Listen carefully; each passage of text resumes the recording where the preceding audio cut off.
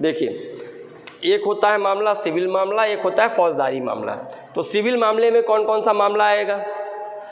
ज़मीन से जुड़े जो मामले होते हैं, जो विवाद होता है, केसेस होते हैं। शादी विवाह से जुड़े मामले होते हैं, शादी विवाह से, ठीक है। इस तरीके के मामलों को हम सिविल मामला कहते हैं, ठीक है। इस पर जो केसेस होते हैं, पता चला कि आप लोग देखते होंगे कि कोई ज़मीन का विवाद है 25-25, 30-30 साल तक चल रहा है, तो स्वाभाविक सी बात है कि सांसद भी तो हमारे आमजन ही होते हैं, हमारे आपकी तरह इंसान होते हैं, किसी पे किसी तरीके के केसेस चल रहे हैं और उसके मामले में उनकी गिरफ्तारी नहीं हो सकती जब सत्र चल रहा हो, सत्र के 40 दिन पहले या 40 दिन बाद तक, ठीक है। दूसरा होता है फौजदारी मामला। फौजदारी मामला क्या होता है? या जो हत्या, लूट, इस तरीके की जो चीज़ें होती हैं उस पर जो कार्रवाई होती है, हत्या, लूट, इस तरीके के जो मामले होते हैं वो होते हैं फौजदारी मामले। तो ऐसे में क्या होता है कि जो विशेषाधिकार है वो इनको सिविल मामलों में प्राप्त है।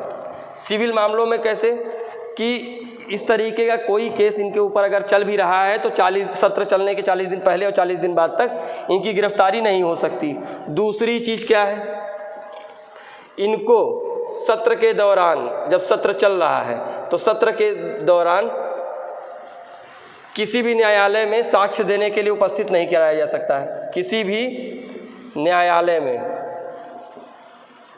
में साक्ष्य देने के लिए, साक्ष्य का, मान लीजिए कोई केस चल रहा है और केस में क्या है कि जो संसद सदस्य या मंत्री हैं वो स्वयं क्या है, वहाँ पर विटनेस हैं, तो विटनेस को बुलाया जाता है जब केसेस चलते हैं। तो ऐसी चीज़ों में इनको बुलाया नहीं जा सकता कि आप आइए और न्यायालय में क्या करिए कि आप साक्ष्य प्रस्तुत करिए, ठीक है।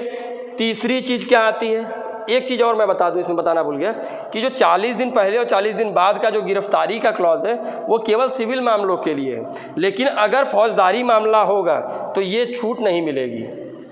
फौजदारी कोई मामला, हत्या, लूट, इस तरीके से क्रिमिनल ऑफेंस इनके ऊपर है अगर, तो उसमें इनको छूट नहीं मिलेगी।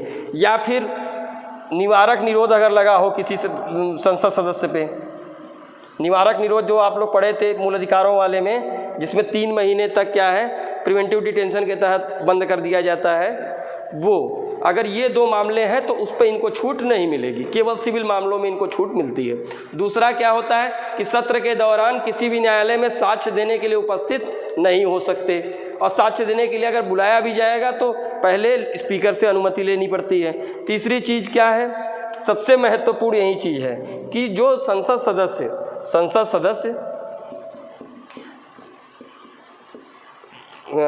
संसद में मतदान व भाषण के लिए, मतदान और भाषण के लिए किसी न्यायालय में नहीं बुलाए जा सकते। कोई केस नहीं होगा इन पर। भाषण के लिए न्यायालय में प्रश्नगत नहीं किया जाएगा। मतलब समझिए आप इसको, बहुत सामान्य सी बात है। संसद में क्या होता है, चर्चा मतदान होती है, कभी कभी बदतमीजी वाला लैंग्वेज भी यूज़ किया जाता है, बदतमीजी भी करते हैं संसद सदस्य, ऐसा तो है नहीं, आप लोग कई बार न्यूज़ में भी पढ़े होंगे। तो ऐसे मामलों में इनको न्यायालय में कभी प्रश्नगत नहीं किया जाएगा कि आपने ये बहुत गलत काम किया, या किसी तरीके का केस इन पर हो ही नहीं सकता।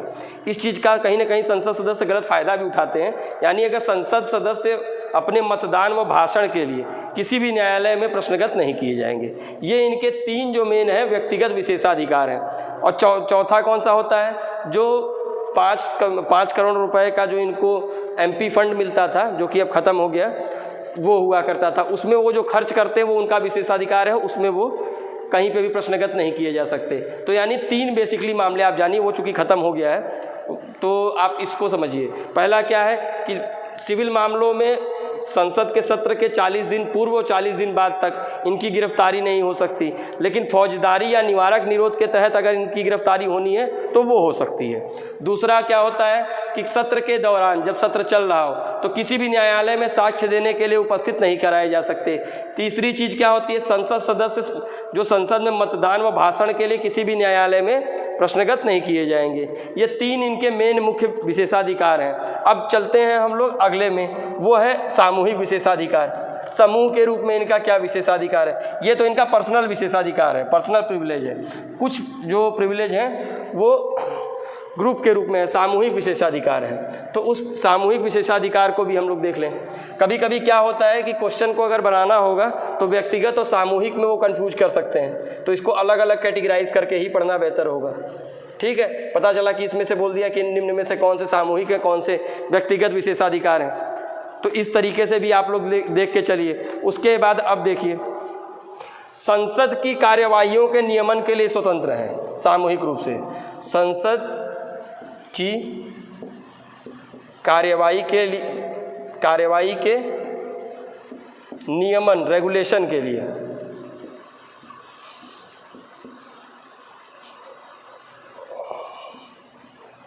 ये क्या है, संसद में कार्यवाही होती है। संसद का जो कार्यवाही है वो डिसाइड करेंगे संसद सदस्य, कोई बाहरी व्यक्ति डिसाइड नहीं कर सकता, वो अपने हिसाब से रेगुलेट करेंगे, बाहरी कोई भी व्यक्ति इसमें इंटरफेयर नहीं कर सकता।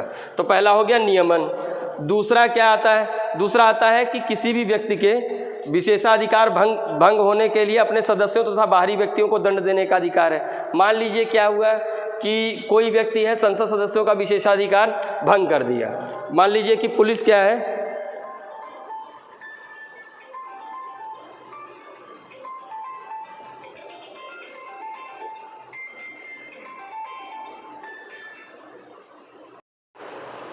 मान लीजिए कि संसद की कोई कार्यवाही हुई, इनका विशेषाधिकार क्या था कि सिविल मामलों में इनकी गिरफ्तारी नहीं हो सकती सत्र के दौरान या इस तरीके से।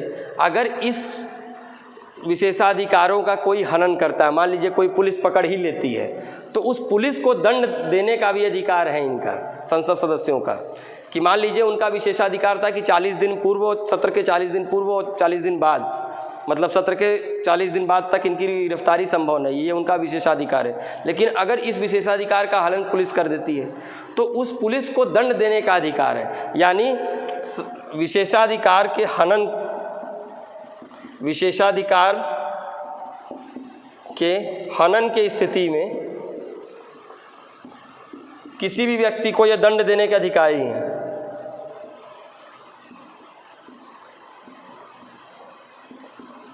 दंड देने के अधिकारी हैं। ठीक, अब तीसरा क्या आता है, तीसरा आता है इनका क्या कि जो प्रकाशन संबंधी विशेषाधिकार। जैसे क्या होता है, संसद में क्या है, संसद में दर्शक भी बैठते हैं, ऑडियंस भी है, ऊपर बैठती है दर्शक, और उसकी लाइव टेलीकास्ट भी होती है, मीडिया करती है, लाइव टेलीकास्ट भी करती है।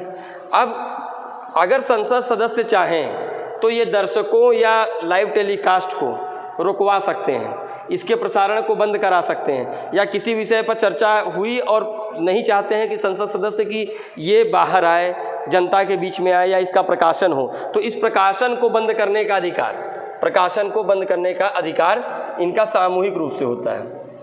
अब समझ में आया होगा आपको थोड़ा बहुत कि सामूहिक क्यों है, क्योंकि देखिए संसद की कार्यवाहियों का नियमन, रेगुलेशन तो एक व्यक्ति तो कर नहीं सकता, एक सांसद तो कर नहीं सकता, इसीलिए समूह के रूप में इनको ये अधिकार दिया गया। दूसरी चीज़, विशेषाधिकार अगर हनन हुआ तो एक व्यक्ति का हनन हुआ तो ऐसे तो सही नहीं पड़ेगा कि अगर मान लीजिए पुलिस पर कार्यवाही करनी है, उन्होंने इनका विशेषाधिकारों का हनन किया, या दर्शक दीर्घा में बैठा जो व्यक्ति है वो किसी संसद सदस्य के विशेषाधिकारों का हनन करता है, तो ऐसे में क्या होगा कि समूह के रूप में सभी सांसद इस चीज़ पर सहमति करेंगे कि नहीं, इस आदमी का विशेषाधिकारों का हनन हुआ है और इस विशेषाधिकारों के लिए इस व्यक्ति को दंडित करना आवश्यक है। तो इसलिए विशेषाधिकारों के हनन की स्थिति में। और तीसरा होता है प्रकाशन संबंधी इनकी स्वायत्तता, कि वो चाहें तो प्रकाशित कराएं, लाइव टेलीकास्ट हो, अदरवाइज वो चाहें तो नहीं भी हो सकती है। तो ये 3-4 बातें आपको इनके सामूहिक विशेषाधिकार में याद रखनी है।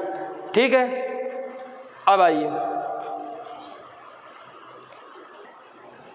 अब देखिए एक टॉपिक और हम लोगों का बचता है कि संसद सदस्यों के सदस्यता या निर्योग्यता को तो हम लोगों ने पढ़ा था कि दल बदल कानून के तहत, आर्टिकल 102 के तहत, या फिर संविधान में जो दिया गया है। इसके अलावा भी संसद सदस्यों की सदस्यता समाप्त हो सकती है। संसद सदस्यों की सदस्यता समाप्ति की विधि, इसको समझ लें, थोड़ा सा ध्यान से इसको समझना है। अब देखिए, एक आप लोग अमूमन एक चीज़ सोचते होंगे, कभी दिमाग में बस सोचिएगा कि एक व्यक्ति है, लोकसभा का सदस्य था, एक व्यक्ति लोकसभा का सदस्य है मान लीजिए करंट में, और राज्यसभा के लिए चुन लिया जाएगा, राज्यसभा के लिए चुन लिया गया, लोकसभा का सदस्य है लेकिन राज्यसभा के लिए चुन लिया जाएगा, तो क्या होगा, लोकसभा की सदस्यता समाप्त हो जाएगी और राज्यसभा की सदस्यता रहेगी। या फिर ये कोई व्यक्ति राज्यसभा का सदस्य है और लोकसभा के लिए चुन लिया जाता है, लोकसभा के लिए चुन लिया जाता है, तो ऐसी कंडीशन में राज्यसभा की सदस्यता स्वमेव समाप्त हो जाएगी और लोकसभा की सदस्यता रहेगी। यानी जो पहला जिस सदन का वो सदस्य था उसकी सदस्यता समाप्त हो जाती है। इस बात को आप लोग ध्यान में रखिएगा कि जिस सदन का वो सदस्य रहता है उसकी सदस्यता समाप्त हो जाएगी और नए वाले सदन की सदस्यता रहेगी। अब एक और चीज़ होती है कि मान लीजिए कि कोई व्यक्ति लोकसभा और राज्यसभा दोनों में एक साथ चुना जाता है, लोकसभा तथा राज्यसभा दोनों में यदि एक साथ चुना जाएगा तब क्या होगा। मान लीजिए लोकसभा में भी एक चुन लिया गया 2021 में और राज्यसभा में भी चुन लिया गया, तो ऐसी परिस्थिति में क्या किया जाएगा कि 10 दिन का समय दिया जाएगा इनको, इस सदस्य को 10 दिन का समय दिया जाएगा। अगर 10 दिन में यह नहीं बताता, यह 10 दिन में नहीं बताता कि इसको कौन सी जगह की सदस्यता रखनी है, तो राज्यसभा की सदस्यता स्वमेव समाप्त हो जाएगी, इसका सदस्य नहीं रह पाएगा। चूँकि क्या है, राज्यसभा उच्च सदन कहा जाता है, इसी आधार पर उसकी सदस्यता समाप्त कर दी जाएगी, केवल लोकसभा का वो सदस्य रहेगा। मतलब समझे, एट अ टाइम एक पर्टिकुलर समय पे वो लोकसभा का और राज्यसभा दोनों जगह का सदस्य एक साथ हो जाता है, चुन लिया जाता है। ऐसी परिस्थिति में उसको 10 दिन का समय दिया जाएगा कि आप लोकसभा में रहना चाहेंगे कि राज्यसभा में। अगर वह 10 दिन के भीतर भी निर्णय नहीं देगा तब तो राज्यसभा का सदस्यता समाप्त हो जाएगी, ये समाप्त हो जाएगी। लेकिन अगर वो बता देता है कि नहीं हमें राज्यसभा का रहना है तो इसका ख़त्म कर दिया जाएगा।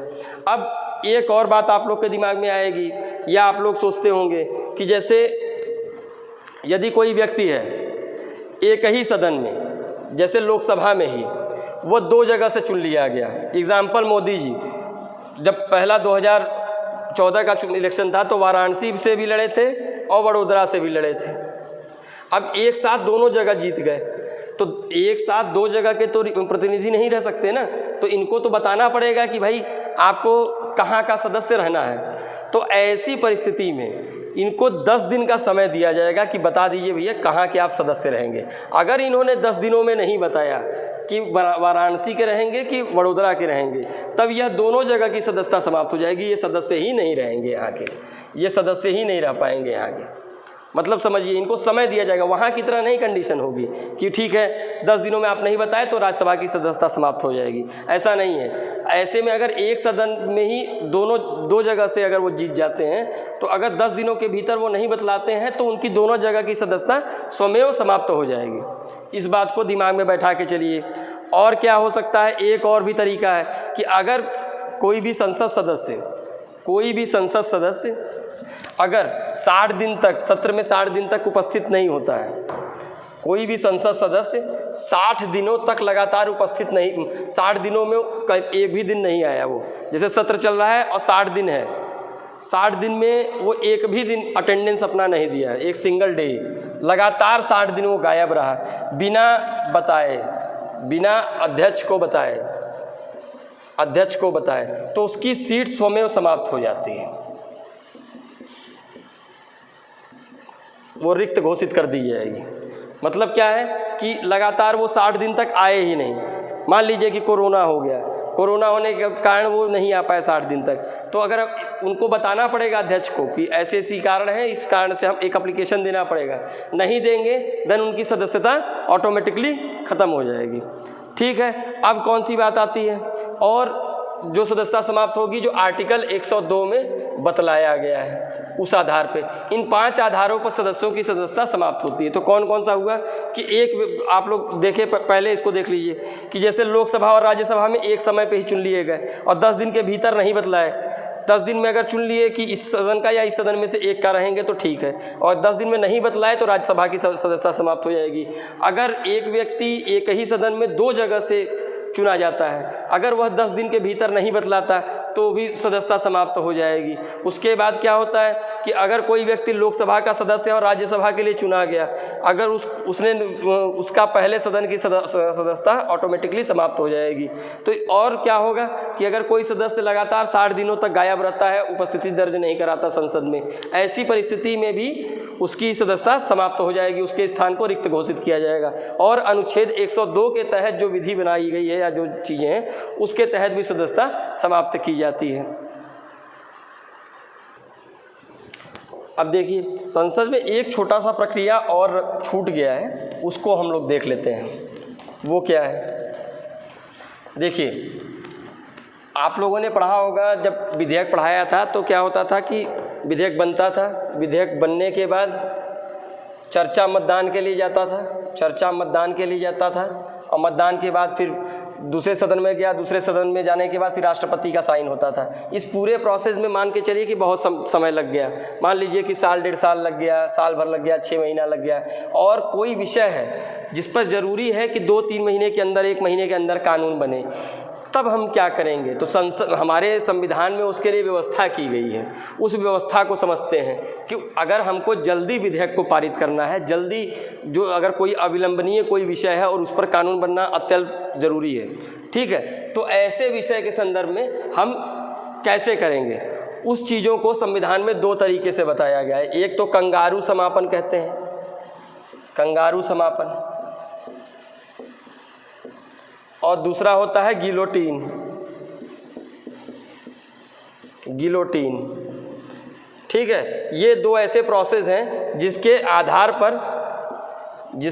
पर किसी भी विधेयक को हम जल्दी पास कर सकते हैं और कानून बना सकते हैं, ठीक। तो इस प्रोसेस को समझ लेते हैं कि कंगारू समापन या गिलोटीन क्या होता है, ठीक है, एक एक करके समझते हैं। तो पहले समझते हैं कंगारू समापन। कंगारू को आप लोग, एक जानवर है, जानते ही होंगे, देखे ही होंगे न्यूज़ में। भारत में तो नहीं मिलता लेकिन ऑस्ट्रेलिया में बहुत मिलता है। तो कंगारू समापन क्या है? तो वो क्या है? चलता नहीं है, वो उछलता है, उछलता है। तो उसी उछलने के सेंस में क्या होता है कि वो जल्दी जल्दी, उसकी जो दौड़ने की स्पीड है वो जल्दी है चलने की स्पीड, तो क्या है कि वो जल्दी लक्ष्य को प्राप्त कर सकता है। उसी नाम के आधार पर, उसी पशु के आधार पर हमने इस प्रोसेस का नाम रखा कंगारू समापन। क्या होता है इसमें? पहले चीज़ ये लिया गया है हमारे ब्रिटेन से लिया गया है। अब इसमें करेंगे क्या हम? सबसे पहले कि मान लीजिए कि कोई विधेयक है, मान लीजिए कोई विधेयक है। अब विधेयक है तो विधेयक में कई धाराएं होंगी, धाराएं का मतलब कई पॉइंट होंगे और सभी पॉइंट पर चर्चा और मतदान होता है, आप जानते ही हैं। तो मान लीजिए कि इस पर 100 धाराएं हैं इस विधेयक की। अब इन 100 धाराओं पे अगर हम चर्चा करने बैठेंगे संसद में, रिपोर्ट समिति सारा कुछ कराने बैठेंगे, तो एक लंबा समय चला जाएगा भाई। एक एक बिंदु पर चर्चा होगा, एक एक बिंदु पर मतदान होगा। इस तरीके से तो भाई 2-2.5 साल लग जाएगा एक विधेयक बनाने में, 1 साल। और हमको अति विलंब बनाना है, जल्दी बनाना है, तो क्या किया जाएगा कि इन 100 धारा, इसमें क्या होगा कि पहले सर्वदलीय बैठक बुलाई जाएगी, अध्यक्ष बुलाएगा, सर्वदलीय बैठक बुलाई जाएगी। अब सभी दलों को बुला के बताया जाएगा कि देखिए, मान लीजिए कि कोविड का ही सिचुएशन है और एक कानून बनाना है, तो जल्दी बनाना है। ऐसे कानून बनाएंगे तो लंबा चलेगा। देखिए, आप लोग इसी से अंदाज़ा लगाइए कि जो लॉकडाउन वगैरह इम्पोज़ हो रहा था हम लोगों पे, वो किस कानून से था? वो 1897 के महामारी अधिनियम के तहत हो रहा था। हम लोगों ने कोई कानून नहीं बनाया। अगर हमको उसके संदर्भ में, जब जो सरकार अभी प्रपोज की थी बनाने के चक्कर में, तो अगर हम कोई एपिडेमिक एक्ट बनाते हैं तो हमको जल्दी चाहिए, 1 महीने में चाहिए। तब हम क्या करेंगे? तो 100 धाराएं हैं मान लीजिए किसी विधेयक की, उसमें सर्वदलीय बैठक बुलाए स्पीकर, बुलाने के बाद उस विधेयक की 100 धाराओं में से जो महत्वपूर्ण बिंदु हैं, मान लीजिए 7वां, 71वां, 31वां और 32वां, ये मेन पॉइंट है, उनको बांट दिया गया, उनको दे दिया गया और कहा गया कि यही 5 बिंदु पर हम लोग चर्चा मतदान करेंगे और ये विधेयक समाप्त हो जाएगा। तो यानी क्या होगा कि विधेयक के कुछ ही पॉइंट पे, जो महत्वपूर्ण पॉइंट है, उसी पर केवल चर्चा मतदान होगी और बाकी संपूर्ण विधेयक पर चर्चा मतदान नहीं होगा। ऐसा करने से क्या होगा कि जो समय लगना था वो समय बहुत रिड्यूस हो जाएगा, कम हो जाएगा, और ऐसी परिस्थिति में हम जल्दी विधेयक को बना सकते हैं। और सबसे बढ़िया एग्जाम्पल हम आपको बताया कि महामारी से संबंधी जो हमारा कानून है, मान लीजिए उसको हम बनाते हैं फिर से नए सिरे से, और हमको जल्दी जब बनाना है 15-20 दिन 1 महीने में, तो सरकार इसका प्रयोग कर सकती है, जिसे हम कहते हैं कंगारू समापन, यानी जल्दी विधेयक को समाप्त करना, जल्दी बनाना। ठीक है, तो इसमें क्या होता है, ब्रिटेन से हमने लिया, विधेयक बना, विधेयक में 100 धाराएँ हैं। 100 धाराओं को अगर हम चर्चा करने और चर्चा में मतदान करेंगे तब तो बहुत लंबा समय लग जाएगा चर्चा मतदान में। तो ऐसी परिस्थिति में क्या होगा कि सभी दलों से पहले सहमति ले ली जाए। तो सभी दल, स्पीकर क्या करेगा, स्पीकर सर्वदलीय बैठक बुलाएगा और उनसे बात करेगा, और विभिन्न जो इसके जो महत्वपूर्ण जो धाराएं हैं उस पर चर्चा मतदान कराएगा और फाइनलाइज करा देगा। ठीक है, तो विधेयक कंप्लीट हो जाएगा। समझ गए आप लोग? तो इस तरीके से ये पूरे कंगारू समापन की विधि होती है। और दूसरा कौन सा विधि होगा? दूसरा है गिलोटीन। ये भी जल्दी कराने के लिए किया जाता है, गिलोटीन। ठीक है, अब गिलोटीन में क्या होगा? अब गिलोटीन में भी ऐसे ही प्रोसेस को अपनाया जाएगा, बस उसमें कुछ अंतर है। ठीक है, अब जैसे मान लीजिए गिलोटीन में क्या हुआ कि विधेयक है, विधेयक में 100 धाराएं हैं। अब 100 धाराओं में से क्या करेंगे, स्पीकर जो है सर्वदलीय बैठक बुलाएंगे। अब सर्वदलीय बैठक बुलाने के बाद क्या होगा कि विधेयक को विभिन्न भागों में बांट लेंगे, विभिन्न भागों में बांट लेंगे, बांट लिया जाएगा, और फिर उस पर चर्चा मतदान होगी। अब विभिन्न भागों में बांटने से क्या होगा, जैसे मान लीजिए 100 धाराएं हैं, तो हमने क्या किया कि 1 से लेकर 25, 25 से लेकर 50, 50 से लेकर 75 और 75 से लेकर 100, इस तरीके से विधेयक को 4 टुकड़ों में बांट दिया हमने। अब उस 4 टुकड़ों को, जैसे संसद का कार्यकाल है, संसद का टाइमिंग होता है हमारा कितने बजे से, 11 बजे से लेकर 5:30 बजे तक, तो हमने उसके बीच में डिवाइड कर दिया कि 11 बजे हम इस वाले भाग पर चर्चा मतदान करेंगे, उसके बाद 1 बजे हम इस वाले पे, 2 बजे 75 से 100 वाले पर। इस तरीके से करके हम एक विधेयक को 1 दिन में ही पारित करने की क्षमता आ जाएगी और हम विधेयक को पारित करा लेंगे। और उसमें क्या है, शॉर्ट में करेंगे। शॉर्ट का मतलब ये है कि आप सभी धाराओं पर एकदम गहराई से चर्चा और मतदान न करके हम लोग उसको शॉर्ट में करके, वन लाइनर जैसे हम लोग पढ़ते हैं वैसे वन लाइनर हम लोग करके इसको पास कराएंगे। इस विधि को हम कहते हैं गिलोटीन विधि। ठीक है, तो इस तरीके से देखिए आपका संसद का जो पूरा चैप्टर है, संसद का जो पूरा चैप्टर है वो लगभग समाप्त हो गया। अब आप लोग के दिमाग में आ रहा होगा कि प्रीवियस ईयर अगर क्वेश्चन देख रहे होंगे तो मोस्टली क्वेश्चन आपके जो क्लास में कराए गए हैं उसमें से हो जाने चाहिए। किस तरीके के क्वेश्चन बनेंगे, तो बहुत स्वाभाविक सी बात है। पहले तो आप लोग लोकसभा, राज्यसभा, इनकी सीटों की संख्या, इनके सीट, इनका अधिकार, ठीक है, अधिकार, जैसे राज्यसभा का 3 महत्वपूर्ण अधिकार है, कौन कौन सा है? एक तो अखिल भारतीय सेवाओं के सृजन के संबंध में आर्टिकल 249 के संदर्भ में, इस तरीके से जो अलग अलग अधिकार हैं। अब जैसे लोकसभा का क्या अधिकार है कि बजट हमेशा इसी में रखा जाएगा। अभी आप लोगों ने पढ़ा अविश्वास प्रस्ताव हमेशा लोकसभा में ही रखा जाएगा। इस तरीके से जो महत्वपूर्ण बिंदु हैं उसको पढ़ लीजिएगा एग्जाम में, वहाँ से क्वेश्चन बनेंगे। या फिर विधेयकों के संदर्भ में कि कैसे विधेयक पारित होता है, विधेयक पारित होने के संबंध में, फिर समितियों से, प्रश्नकाल से, उसके बाद विशेषाधिकार जो हमने बताया, समाप्ति की विधि बताई, समाप्ति की विधि बताई। ठीक है, तो जितना टॉपिक हो सकता था उतना हमने कराने का प्रयास किया। इस तरीके से आपको संसद से यूपीएससी हो चाहे यूपीपीएससी हो, 1, 2, 3 मतलब 1 से 3 क्वेश्चन आपको अमूमन मिल जाते हैं। अब चूंकि क्या है कि यूपीएससी तो हमेशा कंसेप्ट से क्वेश्चन पूछता था, उसमें शब्दों को हेर फेर करके पूछता था। यूपी चूंकि पहले फैक्चुअल हुआ करता था, लेकिन 2018 के बाद यूपी में भी परिवर्तन आया। अब यूपी में भी कंसेप्ट से ही क्वेश्चन उठाएंगे, तो ऐसी परिस्थिति में आप क्वेश्चन यूपी में भी टैकल कर लेंगे। ठीक है, और हमेशा याद रखिएगा कि जो चीज़ें विशेष हैं, जैसे जो चीज़ें लोकसभा में ही केवल पास की जा रही हैं, राज्यसभा में पास की जा रही हैं, उन सब चीज़ों को बड़ा ध्यान से पढ़िएगा। पता चला कि आप आर्टिकल 249 पढ़े कि 249 के तहत राज्य सूची के विषयों पर कानून बनाने का अधिकार राज्यसभा को अगर प्रस्ताव पारित करके देती है तो संसद बना सकती है। तो इसमें ये याद रखिएगा कि आर्टिकल 249 लिखा था, अब पता चला एग्जाम में 252 लिख दिया, ठीक है, या शब्दों से हेर फेर किया।